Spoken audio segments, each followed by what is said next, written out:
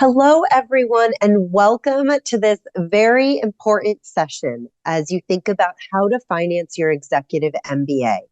My name is Shannon Bell. I'm the executive director of our UCLA Executive MBA programs, and I'm really looking forward today to kind of talking to you about this very, very important issue and question that many people have when they think about an MBA. Before we jump in, moving forward, I am going to just make sure that everybody who's calling in today knows our incredible admissions team of myself, Christina, Debbie, Vanessa, and Chelsea.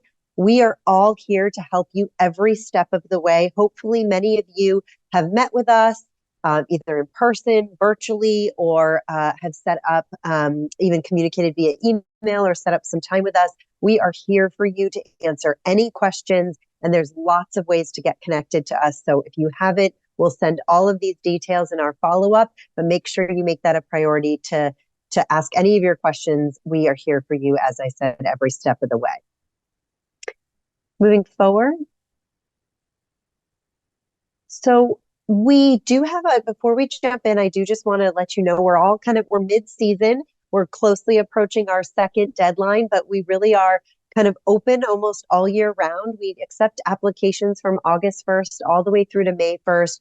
We do it on a rolling basis. So if you are thinking, I can't make that February 1st deadline, but I can get it in February 15th, submit it. We know, we'll start processing you and getting you through the pipeline, and so that you can get a decision in a timely fashion. And then here's some of the ways we were saying to sign up and connect. I do a Q&A twice a week on Tuesdays and Thursdays from 12 to 12:30. We have lots of options for one-on-ones and even opportunities to come to campus. Our next big on-campus event is beginning of March 2nd. So we will be sending out an invite for that. So please keep an eye out if you can come visit the campus. It's a wonderful experience. So moving forward to what we'll talk about today. So today's session is going to cover a few things. First, we're going to cover program costs. We'll break that down for you, go into some real detail so you can really understand when the program fees are due and how they are assessed. We'll talk and touch on fellowships. We have Eunice Cho here today, who's our EMBA advisor for financial aid. She's incredible. She's going to walk you through kind of the current state of financial aid and how to go about that and your various options. And then we'll also touch on company sponsorship as well. So this is definitely, we are going to present probably the first half an hour, but get your questions going. Feel free to even put them in the Q&A and we'll go ahead, or the chat, and we'll make sure we answer those at the end and leave some real time for that, because that's definitely what this is for. So before we dive in, just moving forward to the next slide, before we dive in on, the cost of the program, which is very important, the financial aspect of the program is very important. But I do just want to let you know that as you're doing your research, I want to ground you in what the value of an MBA is, beyond simply seeking maybe compensation increase. In fact, it's interesting, in the executive MBA community, I really noticed that is not the main driver for many people, is necessarily to make more money. There's many other things I've seen in my 7 years of why they would go for why a student would go for a program like this, and eventually what they get out of it. So I want to go through a few of these before we dive into some of the financial aspects of it. First and foremost, the number one thing I hear upon graduation or when alumni come back, the number one return people feel like they got is confidence.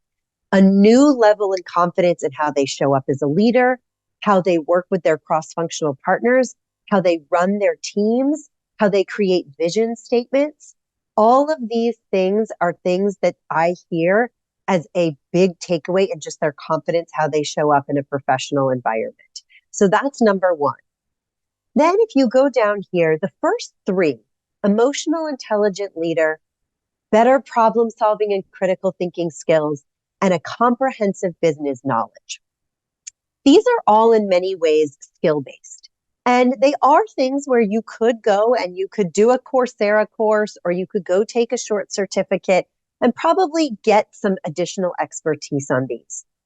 But when you do it in an MBA program where it's a comprehensive 22 months of what really is a generalist degree in letting you interact with people from all different industries, all different functions, and get to really work on your soft and hard skills.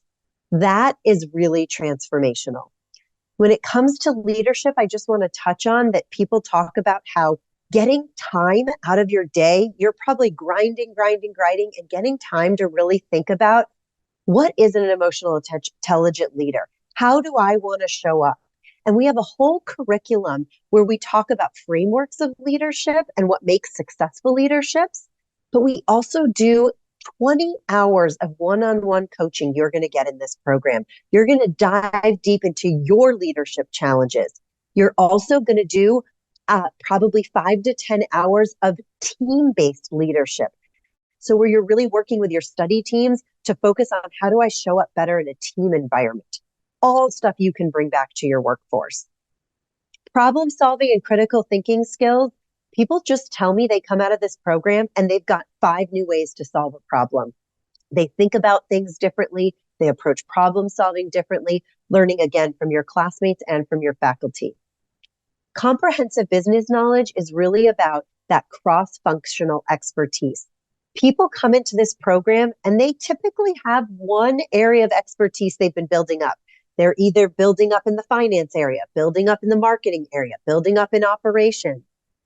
And as you grow in your career, you know that you need to have more cross-functional leadership and you need to have more cross-functional influence. So this is a program that's going to allow you to really create that language and know how to interact with your cross-functional partners better.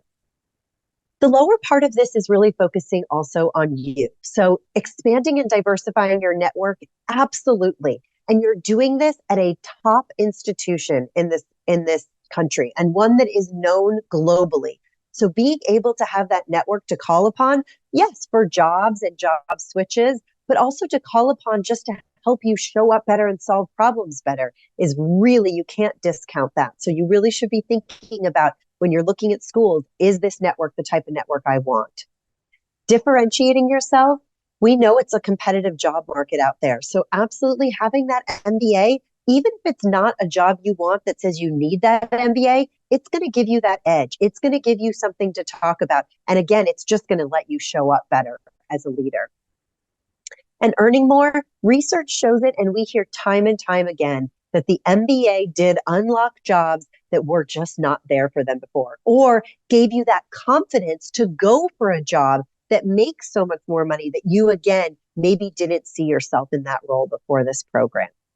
So I just would love to read a recent graduate's. I just feel he recently wrote to us and said this, and we were like, this is perfect.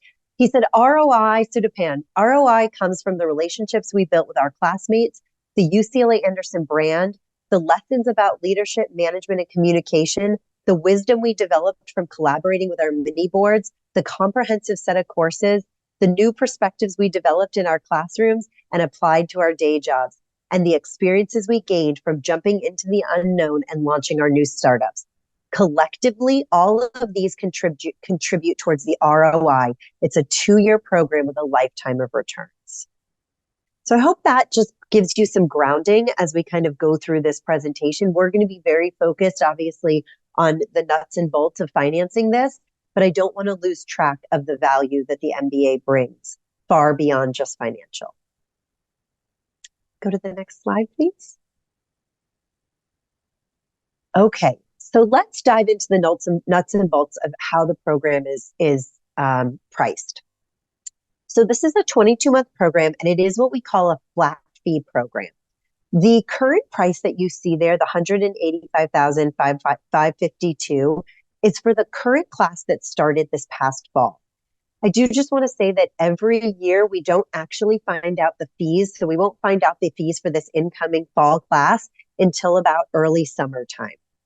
Typically, there is up to a 5% increase in fees. Typically, it's more around 3%. So just factor that in when you're considering kind of what the cost could be for you based on when you're joining the program. The fees are assessed, as I said, on a yearly basis, but they are split into quarterly payments. So for example, your first year, let's say it cost around $91,776. then that is going to be split into 4 equal quarterly payments in August, December, March, and June. So that would mean each quarter you're going to be paying $22,944. The first quarter will be reduced by $2,500 because we'll reduce out what you put towards your deposit to secure your enrollment. The second year, as I said, second year does not typically change costs. That will typically be your locked cost. And the second year, though, is split into only 3 equal payments. So your payments will be larger in year 2.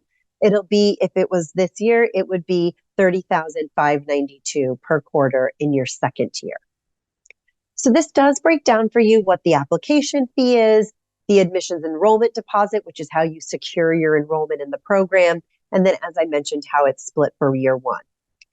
As far as what the flat fee covers, so flat fee covers things like your books, your meals. So when you come to campus, breakfast, lunch, and dinner, as well as for your opening residential and your international business residential, meals are all covered, so you don't have to think about that. We do have housing that is off campus and on campus that is included in this. So you're going to have an opening week residential that'll happen on campus to kick off the program. You'll have 5 nights of stay at our beautiful Luskin Conference Center on campus.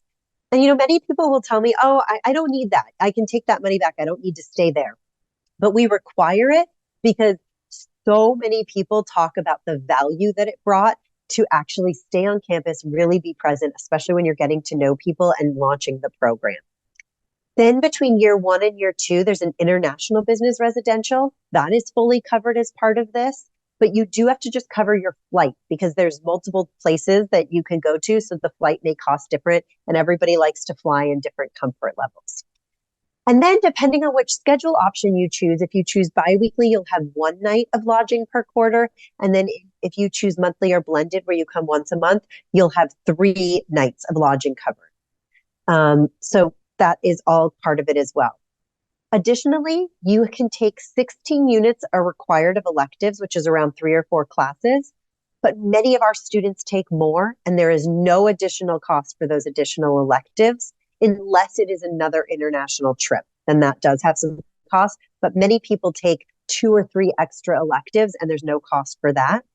And then that executive coaching, I don't want to lose track that you get 20 hours of one-on-one executive coaching once a month during the program.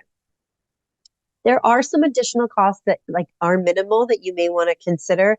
For example, if you take an elective with the FEMBA program or the full-time program, you will have to cover just your books. Or again, that flight for the international trip, or if you do an international residency, a second one, then that would have additional cost. So move forward to the next slide. One thing I actually did want to mention, we'll move forward still, but one thing I did want to mention on that is of the top 10 EMBA programs in the country, we are absolutely one of the lower priced ones. So we are a public institution. We believe in trying to keep our costs down as much as possible. So I did just want to mention when you're looking at us compared to the other top 10 EMBA programs. Fellowships.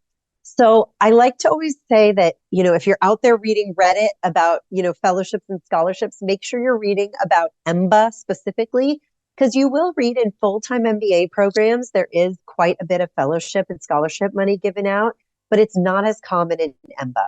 The reason really for that is the average compensation of people entering EMBA programs is quite high, as well as you're working professional. So you're earning while you're in the program. So I'm going to touch on some of our fellowships, but I do just want to let you know that as you think about the ways you're going to finance this program, and that fellowships may not be where you're going to lean on the most. So at UCLA, we do have some program-specific fellowships that are given out by the admissions team. All applicants are considered for our fellowships, so there is not a separate application form that you will need to fill out. We have the Dean's Fellowship, which is based on a holistic evaluation review of each candidate. We have a very kind of strict rubric that we follow to determine who gets one and who does not. I will say in this rubric, there is some consideration given for candidates who come from unique industries and functions. The reason for that is if you've done much research on our program, that's a real differentiator for the UCLA EMBA program, is that we only about half of our students live in LA, The rest travel in. And a big reason that people come here is because they want to be in class with people who come from a wide variety of industries and functions, not just kind of a tech focused or not just a finance focused. So that is why we do give fellowships to kind of encourage people from different industries and functions to come. Also, we give consideration for people who work in nonprofit, government, or small business owners. About 10% of our incoming students will receive the Dean's Fellowship, and it does range in the amount of the fellowship ranges from around 10,000 to 20,000, and it is given in year one only. As far as the staff fellowship, this is only, usually we have around 2 to 3 UCLA staff given any given year out of a class of around 150.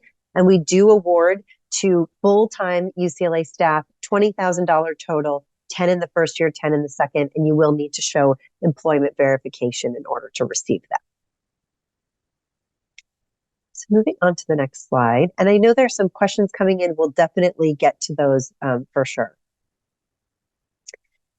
So next is, once you become a student, there are some fellowships you can apply for as well. I do just want to say that some of these are quite small. These are, again, are not going to be huge amounts, but every little bit can count. So through our various centers, they have various fellowships. And then there's also, if you do come and you decide to get pretty involved in thinking about doing case competitions or launching a company, there are quite a few fellowships for launching and pitching your company idea and then getting some money if you kind of win those competitions. I do know, for example, like the Price Center has a fellowship for an entrepreneur, and it is in the amount of like 17,000. I know a recent EMBA, applied for that and got that. Many of the other center-based fellowships are going to be around 5,000 or less. There is one kind of larger award for current students, and that is our John Wooden Leadership Award. It is a pretty thorough application where you have to talk about your leadership experience or some impressive things you've done on a leadership front. And typically, there are 4 people chosen for that per year. You'd be considered in your second year in the program. And it is a $35,000 award, and there typically is 1 EMBA student selected. So I do want to mention that as something to consider as well. Next slide. We do on a website. So if you look up the UCLA graduate, if you search UCLA graduate scholarships, we do have a database that is external fellowships of organizations that do give out fellowships. I just would say that I wouldn't spend too much time here because some of them you're not qualified if you're working in a working professional program. And I just haven't heard of students have a lot of success with this. But it's definitely, if you want to go in and choose a few of the various things that might resonate with what your either identity-based, profession-based, something like that, you might find something. And these are other third-party, FinAid, FastWeb, or other third-party websites you can consider as well to look at for that. And so these are things that you can look at. What I would say is, and we'll talk about this after Eunice shares, but company sponsorship, I've heard a lot more people give some time to researching company sponsorship and have a lot more success there. The things I have heard in some external scholarships is, let's say you're part of a professional organization and maybe they have some funding to be able to give in a scholarship form. That may be worth it. But, it's all worth a try. And I do just want to let you know this is a resource you could use.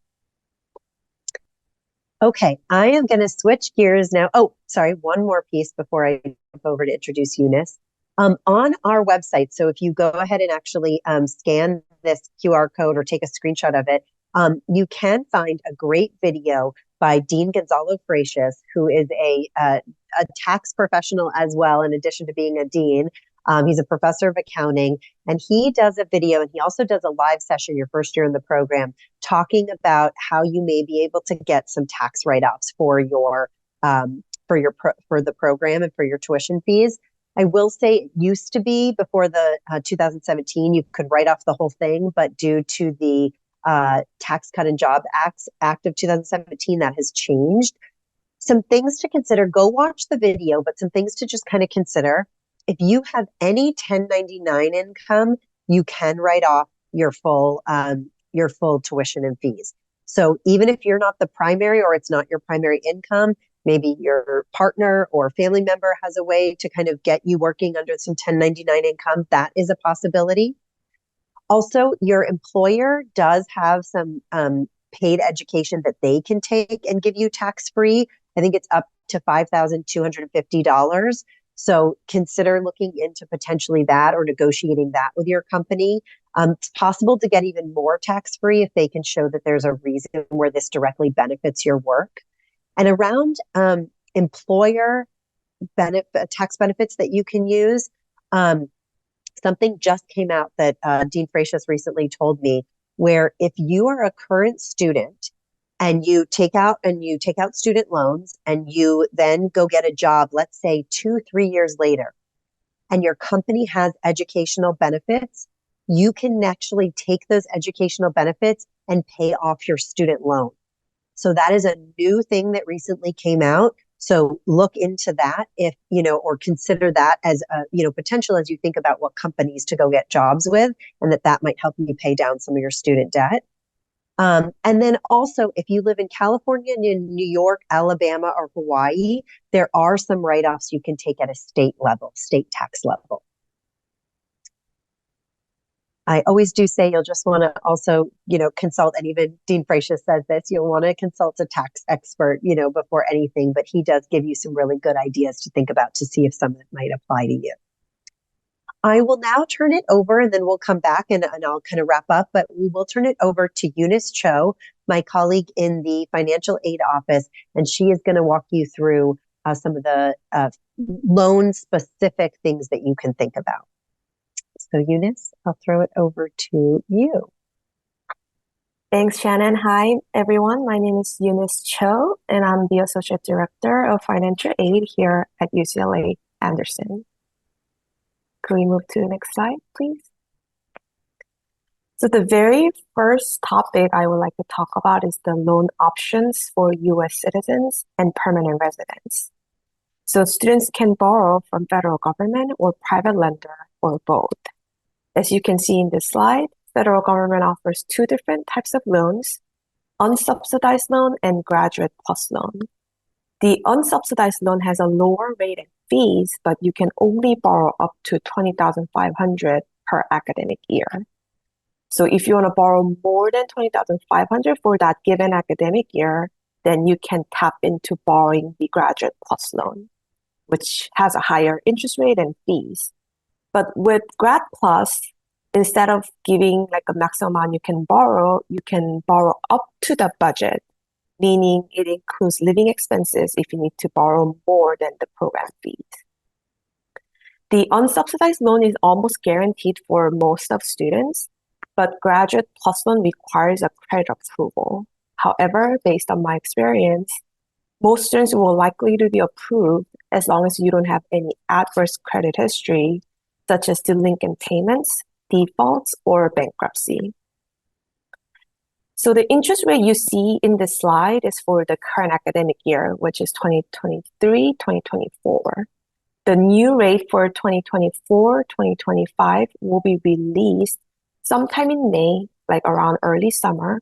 And once we have that rate available, we will update our website so you guys can check out those new rates.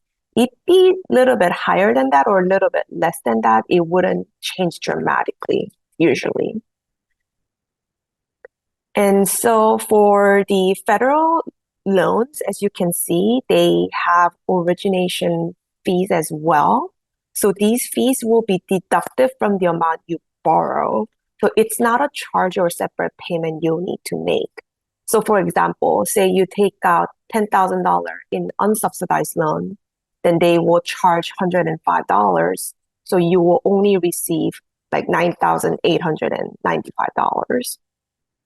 Say for Grad Plus, if you borrow $10,000, the origination fee will be $422. So they will deduct it out. So you will receive like $9,570.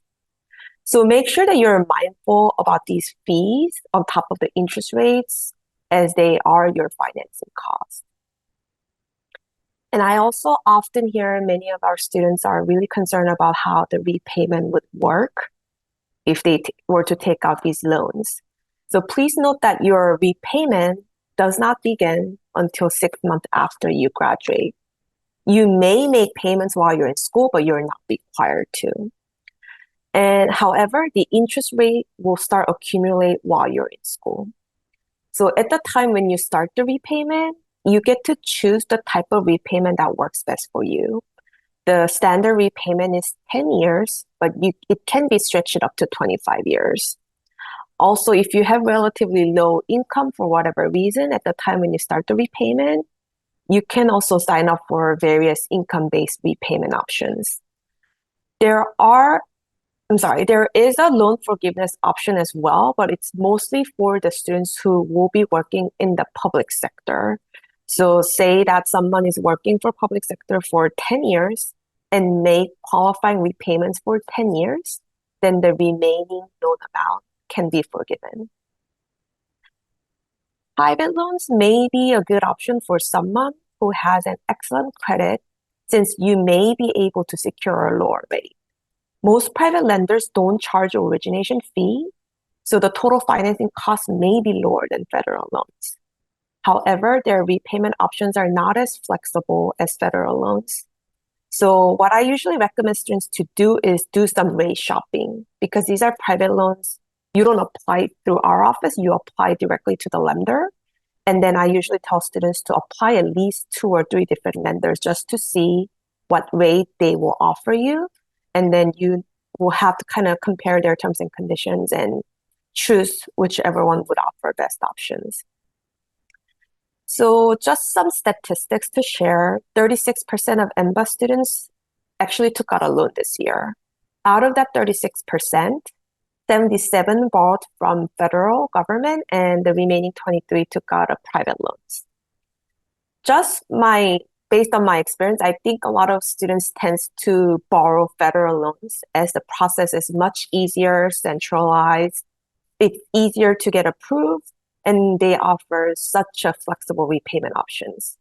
However, I do see a good number of our students who prefer private loans because they have excellent credit, meaning you will likely to get a lower rate. There's no origination fee in most situations, and you really don't need flexible repayment. Your goal is to just spend less in financing costs, and you're going to just paying it off ASAP. If that is what you prefer, then private loan can be a better option. Moving on to next slide, please.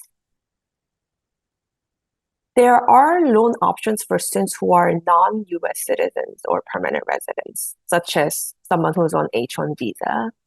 There are various private lenders who would offer student loans, but most of them requires a cosigner who is a U.S. citizen or permanent resident. However, if you want to borrow without a cosigner, you still have an option. As of today, we know these 2 lenders, Earnest and SoFi, they're the ones who offer student loans without a cosigner.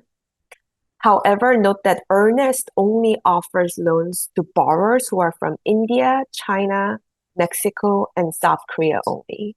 So it's pretty limited, but I think you still have that option, so you could still pursue these 2 lenders. But other than that, if you have a U.S. citizen cosigner, you may have a better chance of getting approved with the better rate. Next slide, please. A lot of Anderson students refinance their student loans after they graduate. It works just like refinancing your house. So most lenders don't have any fees, so you can refinance multiple times throughout. I've actually heard from our former student, like throughout the time they would keep on refinancing whenever they find a better rate. The lender in this slide are the ones who currently offer student loan refinancing options. So if you want to learn more about it, you can just Google their names and kind of visit their website to find out.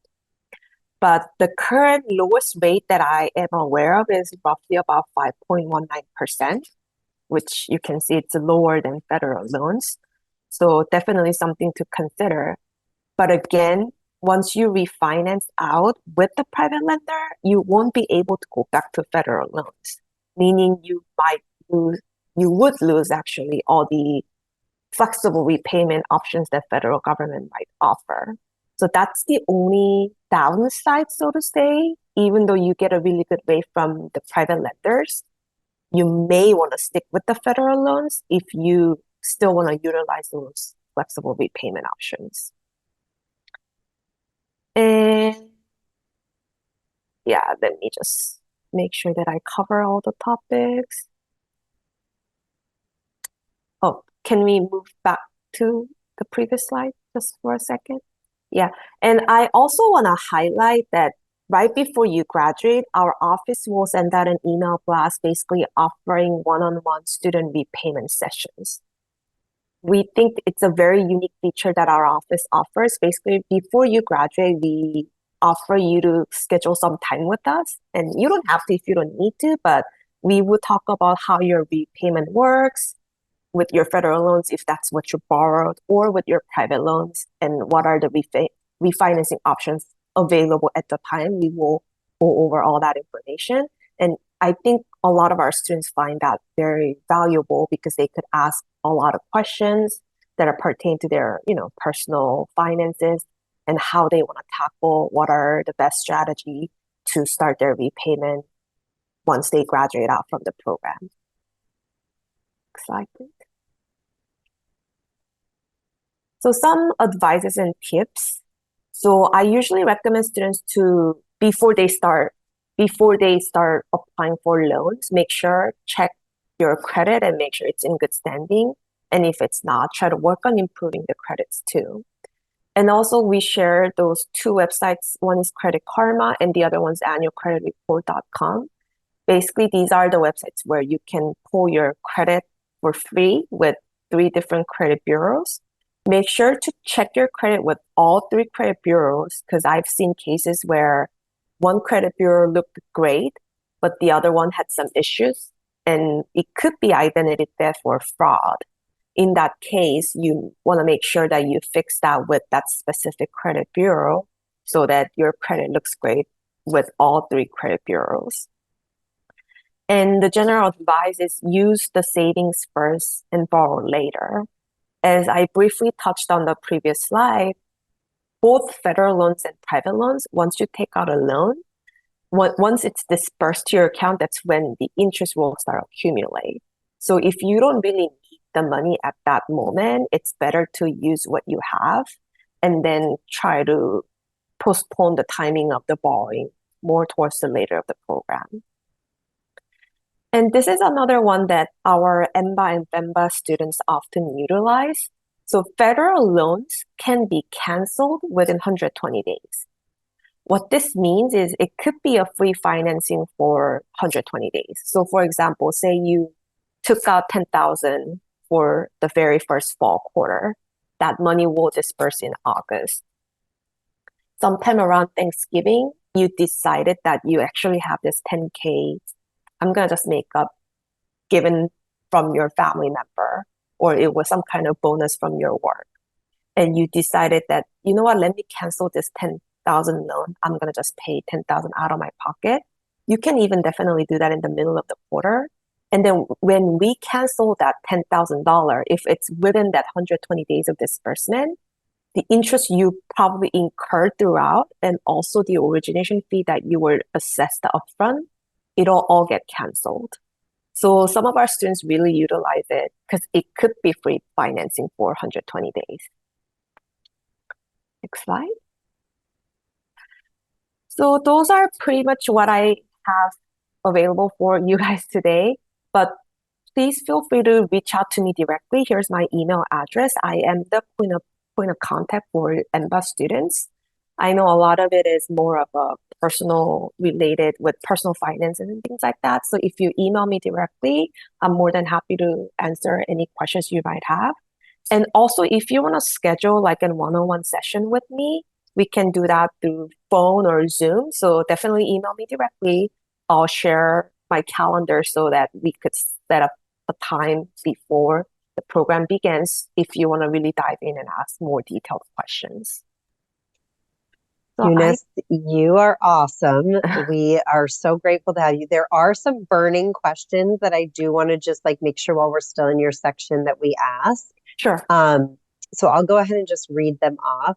Thank you everyone for all the great questions.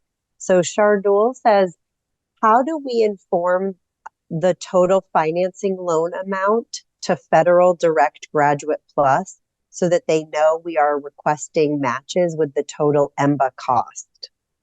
Okay, let me kind of get that straight out. So how do we? So what we do is once students fill out their FAFSA form, we review your account and then we will offer loans, whatever is the maximum you can borrow. So we initially put that into your award offer, and then you can turn around and decide how much you want to borrow. You could either borrow maximum, or if you could even borrow partial. Some students just want to borrow whatever is their charge, or say, I want to borrow to cover all my costs, but maybe extra 1,000 per quarter so I can get that refunded so I can use it to pay for whatever other extra costs you might need. So we will let you know how much you can borrow. And then that is always definitely more than your program fees. So you get to decide how much you want to borrow. Okay, great. And then what do you consider excellent credit? That's tough because with private loan lenders, they get to decide what rate they would offer, right? But in generally speaking, you shouldn't have any adverse credit history. And they also look at your length of the time that you built it, your credit. So I say if it's close to 800 FICO score, that would be likely to be considered an excellent credit. Okay, great. And then that was Jennifer. Thank you, Jennifer. Derek says, when would you recommend the students start applying for loans? Federal loans, you only need to submit FAFSA form, and that is already available for 2024-2025 academic year. However, our office will start processing them in early summer. So for FAFSA, if you're talking about federal loans, I'd say like start up submitting the application around May. That would be a good starting point. For private loans, pretty much the same. You should start sometime early summer because those credit approvals are valid, I believe, only for like 120 days. So if you apply now, the likelihood is that credit will get expired even before we start processing any of your paperwork. So for private loans, I would say start doing some rate shopping in May as well. Great. And Eunice, what about, just because I know some people might be watching this video later on when they might be closer to the deadline. So if it's like June, July, they're realizing they're going to want some loans. Is there a deadline for when to be able to get the loans dispersed for the first payment? So loans can be borrowed anytime throughout the academic year. So say you paid fall quarter out of pocket, but in January, you just decided things have changed. You actually want to borrow rather than paying out of pocket, then you can definitely apply for loans. So it works more like a line of credit, right? You can apply anytime throughout the academic year. But let's say you really want to use loans to pay for your fees and there's like a deadline to pay for fees, right? Then I usually recommend wrap up everything, excuse me, at least 3 weeks before that payment deadline. Because with private lenders, once you finish all the paperwork, they actually hold on to your funds for 10 to 15 days due to right to cancel period. Or federal loans, there's all these follow-ups that are required, signing additional paperwork and things like that. So if you want to use loans to pay for the fees, then wrap up everything at least 3 to 4 weeks before the payment is due. But you can decide to borrow anytime throughout the academic year. Okay, great. And then Jude says, can you cancel a portion of the amount financed within the 120 days? So if you don't want to cancel it all, can you just cancel a portion? Yes, you can definitely let our office know the amount you want to cancel, then we can back it out. Again, if it's within 120 days, all the fees and interest rate that are associated with that amount will be wiped out. But then obviously once we do that, it'll create a balance on your account, right? Because we took that money out and return it back to the lender. So you would have to immediately pay that amount through our payment portal. Okay, great. And then I know Mike, you quickly asked, is that, I think this was more for me around the tax, that is it correct that companies can deduct 5,250 that they can pay towards an employee's EMBA? So it's, from what I understand, it's that part can be tax free. So up to 5,250 can be tax free to the can be included, and you can take that without paying taxes on that on earnings. If it can be above that, it's just that there has to be, I think your company has to work with that. There has to be a reason for why the funding is coming in, directly showing that it's impacting your work. So I think there are ways to go above that. I know that Gonzalo or Dean Frasius explains that in more detail. Which is your CPA also? If you work with a CPA at all, they should know the answer on that as well. Anissa asks, which company was the 5.19% rate for private? To be honest, I don't recall. I want to say it's either Splash or First Tech, but I just want to highlight that rate was for refinancing, not for borrowing. So as a student, while you're enrolled, you're not qualified for these refinancing products. You either have to take out a federal student loan or private loan. And with that private loan, it's a set of different lenders. That specific slide that I share was just with refinancing, which is after you graduate, you shop through these different lenders who offer these type of refinancing products. And then most recent, the lowest rate that I've encountered was that 5.19%. And yeah, again, I want to say it's either Splash or First Tech, but I'm not 100% sure. But it's just 5 different lenders. So you can easily Google their name with student loan refinancing, and it'll probably direct you to their homepage where they talk about, you can be approved with this rate with all the extra information you might want to kind of look through. Great. Well, thank you, Eunice. Eunice is going to stick around. I have just a few more slides to kind of talk about company sponsorship and some career impact we've seen, but keep the questions coming. Eunice is definitely going to stick around. Thank you so much, Eunice. Thank you. So Jude, you asked a perfect a question kind of going to the next topic of company sponsorship. You asked if most companies reimburse after they see grades for the semester, which is true. They typically want to see some type of proof that you completed the course or completed it at certain grades.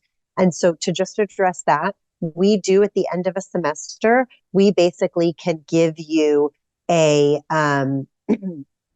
document. Your program manager can give you a document that basically would outline what your grades were and what classes you completed that quarter. And actually, if your company pays on a per credit unit, sometimes that's how they pay. And the thing is that we don't necessarily have like all of our flat fee programs. So you're just going to have a quarterly payment. So what people who typically do if they're getting reimbursed on a per unit basis is however many units you took that quarter, we will go ahead and just take the total quarterly fee and divide it by that number of units you took that quarter. And that's how we'll come up with what the per unit cost was. So I'm just going to pause on the Q&A for 1 minute, and I promise we'll get right back to that. I just want to address a few things about company sponsorship.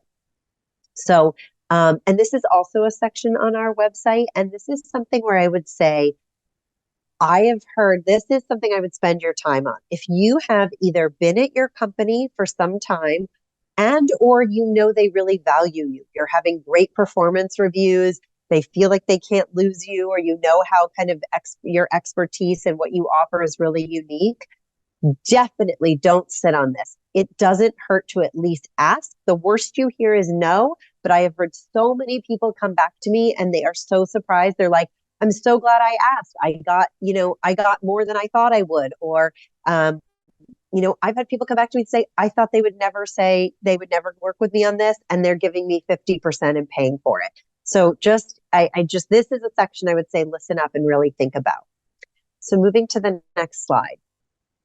So first things first, when you're thinking about even starting the process to potentially ask your company for sponsorship, I would say start early. These conversations can definitely take time, and do your homework.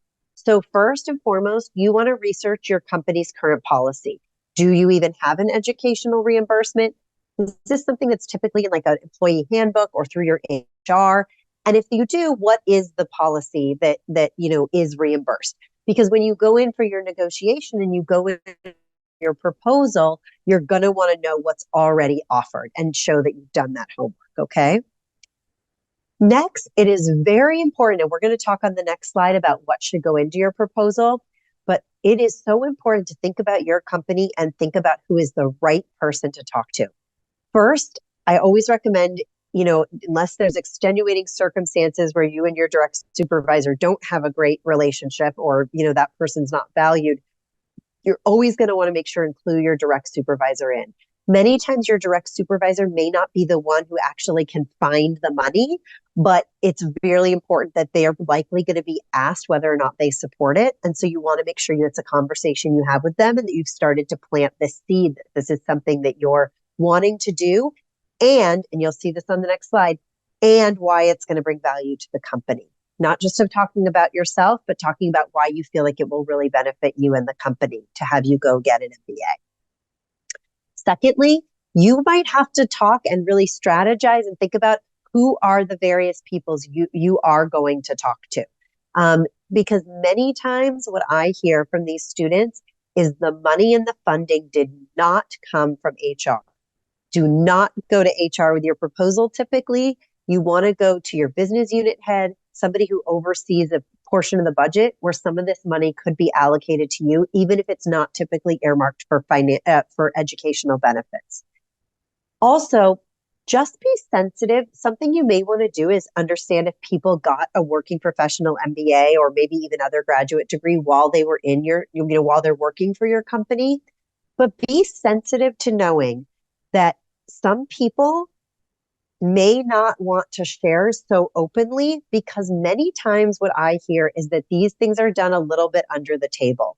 They don't want them widely publicized that somebody got some funding, because then they need to do it for everybody. And they might be actually selecting you or selecting one of your colleagues because there was a special set of circumstances. So just go into these conversations with a bit of caution and knowing that people might not want to just give it up if you think that right away you're going to use it to go turn around and try and use that for yourself. But it's great to just say, how did the funding work? How did conversations go with your employer about this? Or your line of supervisor or things like that. So definitely do the homework, ask around. Just understand sometimes these conversations, even as you go and present your proposal, may be something that your management wants to keep kind of a little bit under wraps. Just quickly reading this quote before we move into the proposal. This was from an MBA student. You'll see on our website, most of the, pretty much all of the quotes are anonymous. And this is because what I'm telling you, when I recently, a few years, went out and asked people for advice on this topic, many people said, I can't share who I am because I was an exception. So don't assume your company will say no. I had no history of this being done at my company, but I still moved forward with the request. My direct boss was 100% supportive, which felt critical. I had to write a business proposal and I focused on specific projects that I could take on and how the MBA would enhance and supplement my. So moving to the next slide. So just a few things to consider when you're starting your proposal. Vanessa, if you want to move us to the next slide. Perfect. Maybe it's just taking a minute. So when crafting your proposal, some things to think about is first, making sure that you highlight your contribution and value to the company. A good time to start planting these seeds might be around mid-year reviews or end-of-year reviews. And in your proposal, just making sure you talk about all the contribution you've made to the company and how, and which will go to kind of the third point, which is how much you want to continue to contribute. There is a perception to many employers that if you're going to get an EMBA, you may want to be leaving the company. So make sure they feel that your commitment is there. Then the second part, what is your company leadership value or need and how will your company benefit from you pursuing an MBA is so, so important. This needs to be the forefront of your proposal. You can talk about some reasons why it's important to you, but how is the curriculum? How is the network? How are some of the electives? I had one student who even let her employer choose her electives. She said, you tell me what electives you think are going to benefit, and I'll come back. And she did training sessions on those kind of electives that were chose, like basically bringing that kind of learning and development fund to her being able to take the class and then do mini classes where she passed along the information to her fellow employees and colleagues. So really think about what is going to be, is your company looking to enter a new market? And maybe you're going to get to do your international business residential in that region of the world. Or are you looking to bring on new talent? You're going to be having a hiring boom. So you'll be able to meet people who may be really good in the network to hire from. And then again, emphasizing your commitment to the company, knowing that if you are asking for a big ask, you are likely going to need to commit some type of retention agreement. So this means that post-graduation, you commit to staying with the company. Typically, I see 2 to 3 years is the commitment they're looking for. With that being said, you can always put a clause in about a repayment option if you are to leave earlier. And I've heard cases where they get offered another job at another company, and that company is willing, just with the signing bonus, to give the amount to repay back the, what it would cost to pay back that, your previous employer. So just consider that you will need to make a commitment in order for them to feel good about this typically. And then go big with the ask. I'm telling you how many people I've talked to who were going to ask for 50%, and then they're glad they asked for 100 because they got 50, or so on and so forth. Excuse me. So go big with the ask, and you can always negotiate down. You can always negotiate down and talk about, okay, can I just get, not have to use my PTO for the international business or for the week I have to take off. So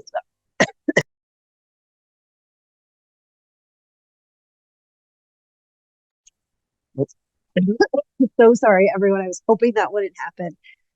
So just something to consider there when you think about it. And even it just opens up a conversation for you to talk to your employer that you want to grow within the company. And maybe it's not, they can't sponsor you now, but they consider you for that next promotion or that next job opening. Okay, moving forward.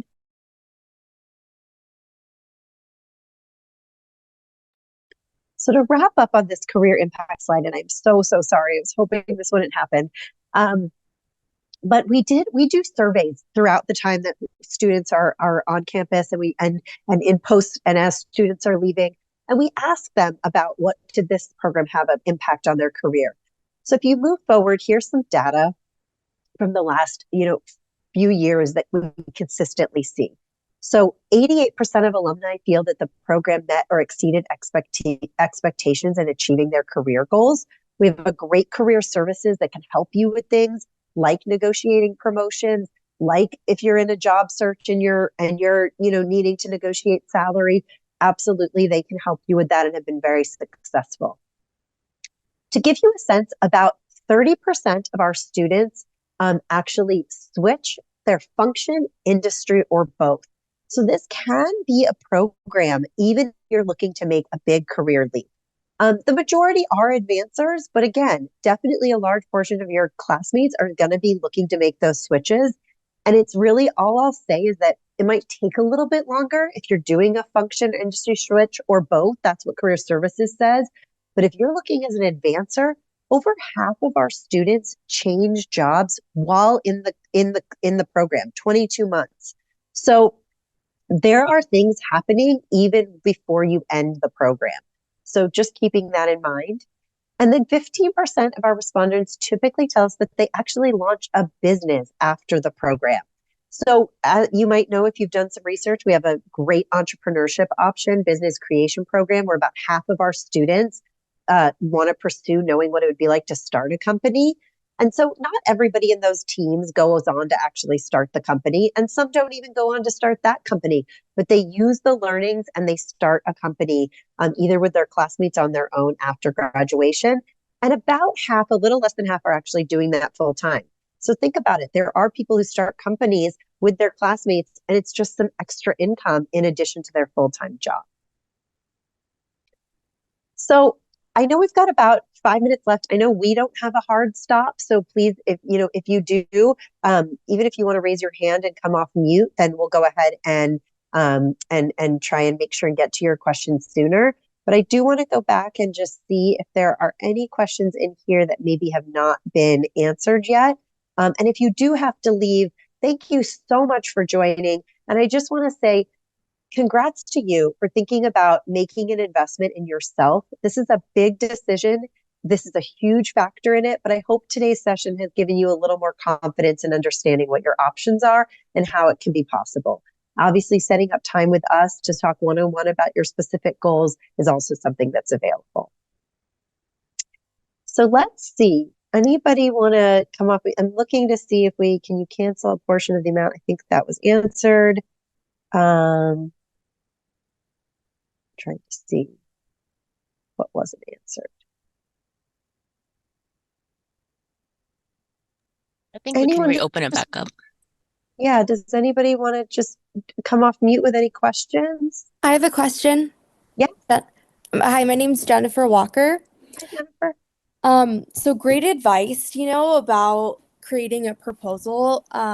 So just a question about that. So I work for a bank, and banks are very conservative about how their policy about how much they're willing to pay out. And I just, I've never thought about, creating a proposal. So you gave me such great perspective about it. So I just wanted to know if you had any advice, when thinking about, my industry, which is just very conservative and regulated. If you had any kind of different advice when going to management and leadership when doing that type of proposal.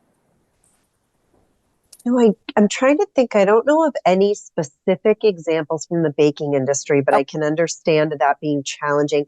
I think it's going in with that. I think it's going in with that awareness, and making sure you address up front. Hey, I know what I'm asking for. There are some complications or some challenges in being able to offer this compared to other industries. But I'm wondering what we can do to work together. And that's where your proposal might have to be more, instead of financial, might have to be more around, can I not take part, can I not have to use PTO for when I go to class, for the opening residential or the international, or if I need to leave work a little bit early, you might have to negotiate on a different, different metrics potentially if it's a hard no. But I think it's just showing that awareness and that you've done that homework. And again, maybe I know a lot of people who've come through our program who work in banking, maybe trying to see if anyone within your company has gone through their MBA, and maybe were they, how did they approach that? Okay. Also, I have just another question. I don't mean to hog if anyone else has another question. No, you're fine. Okay. So this was just also around financing. So working for a bank, I know that bank employees do get discounted products and services.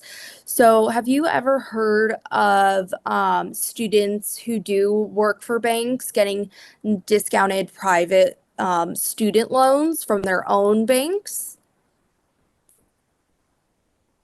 So I guess I can jump in to answer that question, Shannon. Okay, thank you. Yeah.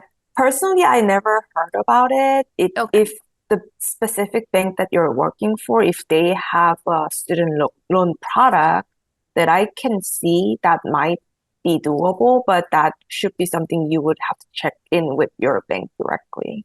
Okay, I'll do that. All right, thank you so much. I appreciate all the answers. Yeah, Jennifer, great questions. Mark, I see your question here. Do you have any advice for proposing career sponsorship for a nonprofit organization? So obviously, I'm sure within nonprofits, I mean, the margins are very tight, and so I'm sure it's hard to get this. But, I don't know if on the nonprofit side, again, that's not necessarily, even though there is one student who was working for a nonprofit who did get it, but I think they had a program where once a year they sponsored a student for some education. But maybe it's that. Maybe it's saying, like, would we want to carve out as an employee retention tool? Maybe it's not just for you. Maybe it's, hey, would we want to test this with me and then do this as an annual thing that we do, that we give a larger amount, and it's to reward really good performance, and it's to reward getting retention to the people who are really strong employees. So maybe it's proposing that. I don't know if there's any type of grants that maybe a nonprofit can apply for that potentially do directly go towards learning and development, because maybe this is a form of learning and development. So just training, maybe this could fall under that if there are certain grants that you could apply for. That's what maybe comes to mind. No problem. Good seeing you. Hi, Mike. Hey, I had another question about company sponsorships. At the October open house, there was a student who works at Disney who talked about how Disney paid, I think it was about 30% of her program fees. And I'm just curious, in situations like that, is the company making a direct payment to Anderson, or are they paying the student? How does that work? That's a great question, Mike. So, and Disney is one of the more generous employees. So if it's a portion, if the company is only paying a portion, then there's two options. They can pay through you, which then again, though, has tax implications. So that's what you have to figure out. Or they can send, you just want to really coordinate with this, they can send a check to our registrar's office, and it would just need to make sure that it had your like UID on it and your name. And so I would like normally try and do that. You'd want them to do that probably before the quarter, or you would want to do it after the quarter, and it's going to pay the next quarter if they need to see your, your transcript or something and see your completed coursework. But it would basically go as like a credit on your account. So you would just want to coordinate that. If you are being sponsored at 100%, then we can set up a direct billing line through the registrar's office. That's something our program managers would actually facilitate for you. And that then makes it more that we can take like direct payments without having to like send a check or do it as kind of a separate thing. Well, I will certainly ask for 100%. No doubt about that. And then my follow-up, and I realize every company is different. When companies do offer these sorts of sponsorships in forms of tuition, is there any benefit on their end? Do you know if there's any tax deductibility or is it just a straight expense? I'm not sure about that. I know that a lot of people have that max of like the 5,000 because of like the tax implications for the employer and like or the employee and how it goes through on the paycheck. I'm not sure if there's like a max amount that is, somehow gets deducted for the employer. So I would maybe, if you're close with your accounting department or a CPA, like could help answer that, then or maybe even just a little Google search, finding out if there's benefits. But I've had students tell me they do like some pretty like deep, someone told me they spent like paid a CPA like a couple hours worth of consulting just to kind of do some digging on some of this for their proposal. Yeah. Okay. Great. Thank you.